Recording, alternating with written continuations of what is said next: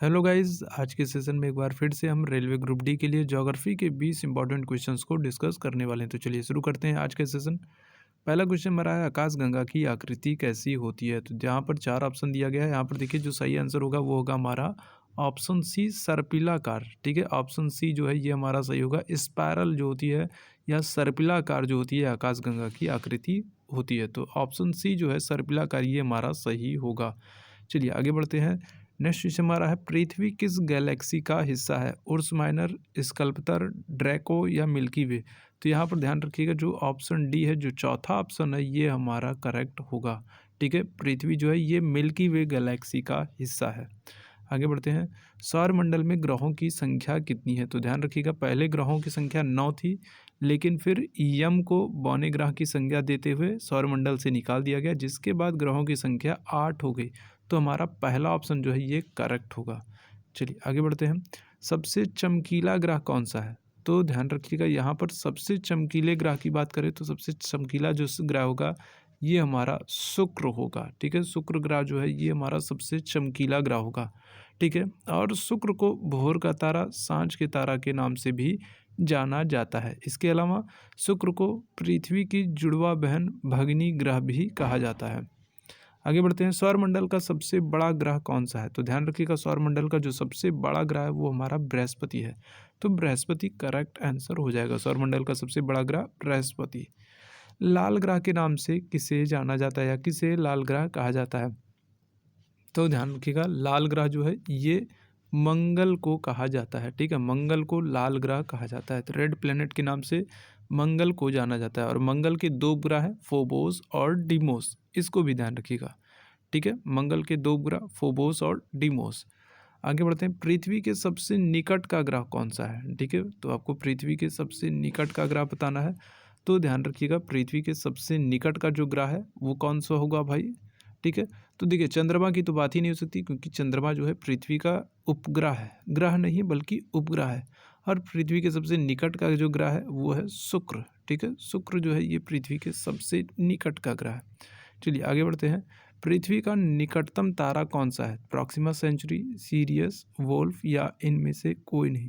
तो ध्यान रखिएगा पृथ्वी के जो सबसे निकटतम तारा है वो कौन सा है, वो हमारा प्रॉक्सिमा सेंचुरी है।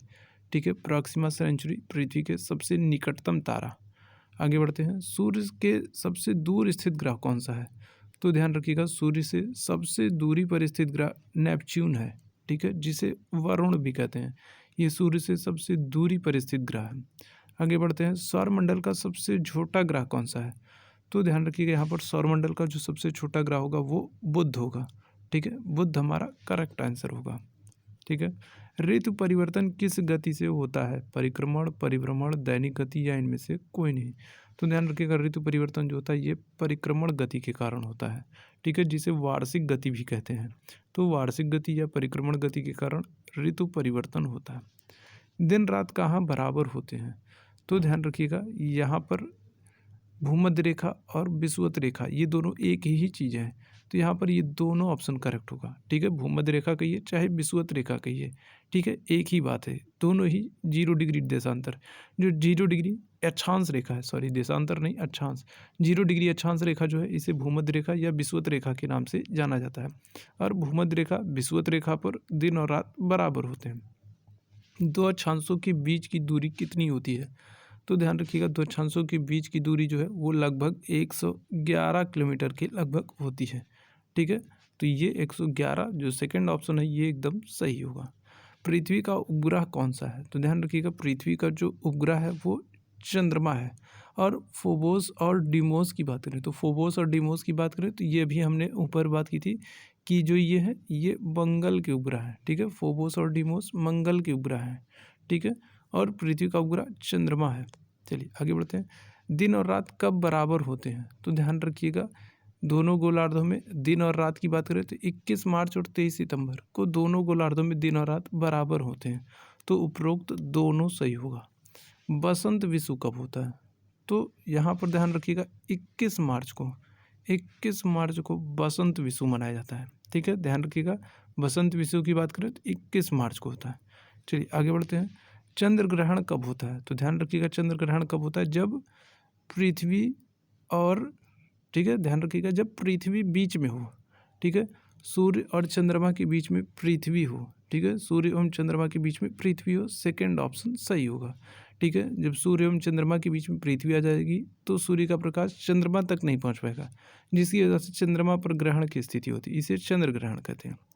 आगे बढ़ते हैं, पृथ्वी की सबसे ऊपरी परत को क्या कहते हैं? तो ध्यान रखिएगा पृथ्वी की सबसे ऊपरी परत जो होती है ये क्रस्ट या भूपर्पटी, ठीक है, भूपर्पटी को जो है ये पृथ्वी की सबसे ऊपरी परत होती है। आगे बढ़ते हैं, भूकंप की तीव्रता की माप किस यंत्र के द्वारा की जाती है? ठीक है, तो ध्यान रखिएगा यंत्र की बात हो रही है, तो यंत्र जो होगा वो होगा हमारा सिस्मोग्राफ। ठीक है, सिस्मोग्राफ के द्वारा भूकंप की तीव्रता को मापा जाता है। ठीक है, अब अगर पूछे किस पर मापा जाता है तो रिएक्टर स्केल है, रिएक्टर स्केल जो पैमाना है इस पर मापा जाता है, किसके द्वारा? सिस्मोग्राफ के द्वारा। आगे बढ़ते हैं और बात करते हैं इस वीडियो के लास्ट क्वेश्चन की, किस महाद्वीप में ज्वालामुखी नहीं है?